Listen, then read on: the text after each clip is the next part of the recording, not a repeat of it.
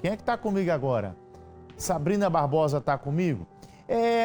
Eu vi bem na fala do Coronel Benevides e alguns oficiais que lá estavam, que esse sujeito alegou um surto, né? Mas ninguém surta de forma programada. Ele fez toda uma programação. Surtar, quando você tem um surto, é algo de repente, imediato. Nesse caso aí, para quem não sabe do que a gente adiantou aqui, foi tudo premeditado. Tudo premeditado.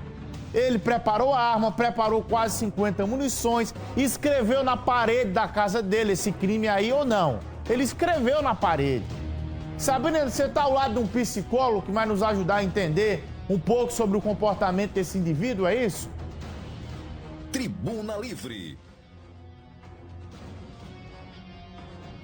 Oi, Bruno, e vocês aí de casa que estão acompanhando a nossa programação. Exatamente, um bom dia para todo mundo, e é muito importante a gente já começar o dia desta segunda-feira relembrando o que aconteceu na sexta, para a gente poder entender os motivos e principalmente o tipo de comportamento dessa pessoa. Como você já descreveu aí, o Luiz, de 47 anos, realmente já tinha esse crime pré-determinado para acontecer na mente dele.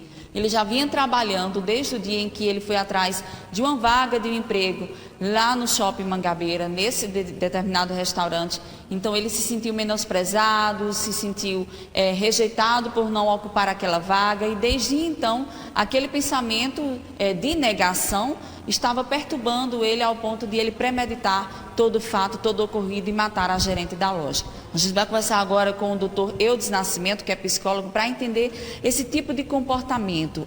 Algumas pessoas acharam que foi um surto, outras já dizem que realmente, como a polícia já tem investigação, de que ele já vinha pré-determinando que tudo fosse acontecer da forma como aconteceu, chegar no determinado lugar e matar a gerente.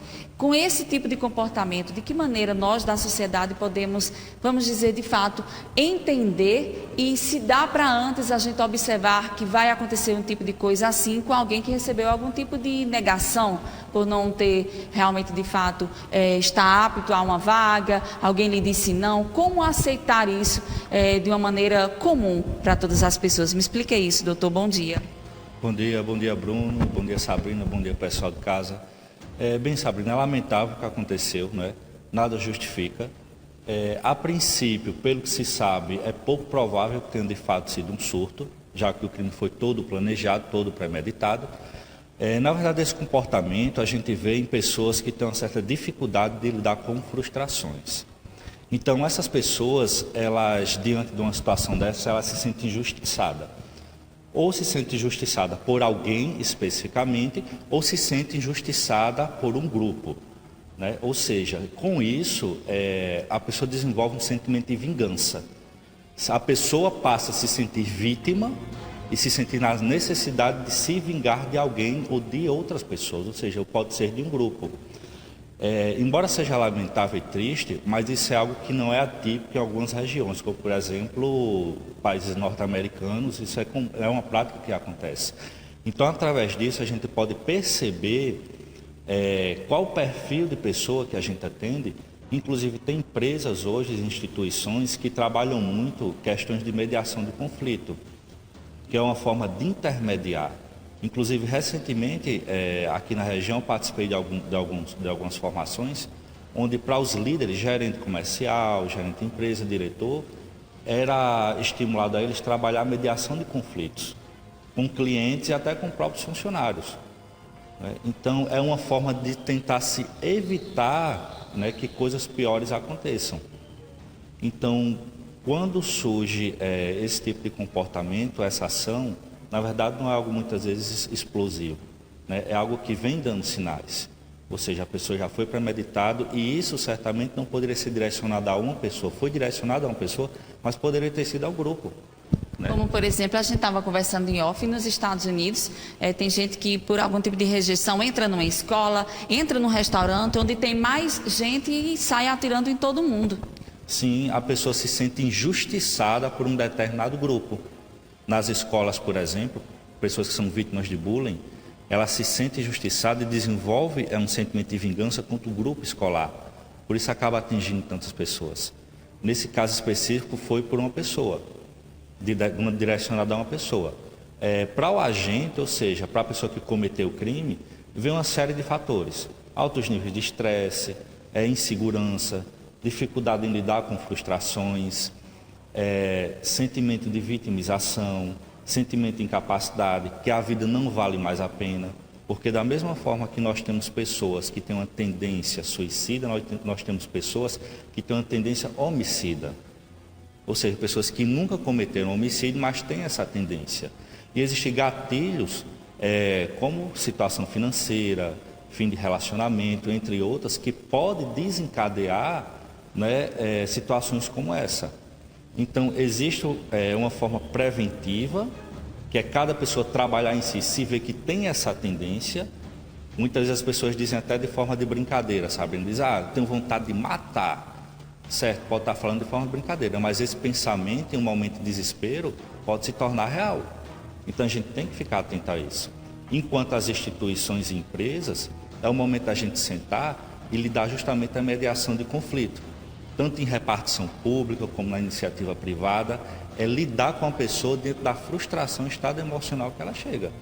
E quando a pessoa busca ter o acesso à arma de fogo, como ele teve, que é uma característica, se a gente vê nos estudos norte-americanos, por quê? Porque é a forma mais letal de se vingar.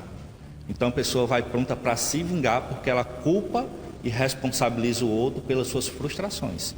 E pelo pouco que a gente viu que foi dito sobre a pessoa que cometeu o ato, ela já vinha de sucessivas percas, frustrações, negações. Então isso ela foi acumulando e chegou a um ponto de culpar e se vingar de alguém, cometer a justiça. Exatamente, o que é muito lamentável. Agora, doutor, só para a gente encerrar aqui, Bruno, se a gente estiver num ambiente assim e pode identificar, chegar realmente de fato a identificar alguém que está com algum tipo de transtorno, de um distúrbio ali naquele momento, por exemplo, você falou sobre as empresas, a gente tem como identificar um colega que está passando por uma situação assim, que pode cometer risco com outras pessoas? Sim, podemos sim. Porque, por exemplo, um motivo fútil, não tem justificativa, mas para a pessoa, como eu falei, ela se coloca como vítima, né? Ela busca justiça, né? Que se sente injustiçada. Então a gente vê aí um comprometimento do senso de realidade. Ou seja, a negativa que a pessoa teve no emprego faz parte de uma conduta social. Você ser reprovado no processo seletivo. Faz parte da realidade. Mas a pessoa ela perde esse senso de realidade. Então o discurso pode ser incoerente, a expressão que ela está apresentando, o humor que ela está apresentando pode não condizer com o fato, né? Então a gente entender que um desfecho pior pode acontecer. Obrigada, viu, doutor, pelos seus esclarecimentos. Olha, é muito importante a gente falar sobre essa temática, Bruno. Acho que cada vez mais, inclusive nós, como da imprensa, temos a responsabilidade de buscar essas temáticas para instruir a população que está em casa nos ouvindo, para que a gente possa identificar esses tipos de comportamento, essas negações que acontecem no nosso cotidiano e principalmente ter a ajuda de especialistas para nos dar indicações a respeito de como reagir diante de uma situação como essa. E volto com você, Bruno, direto aos estúdios da TV Arapuã. Obrigado, Sabrina, pela tua participação. Agradecer ao doutor Eudes Toscano.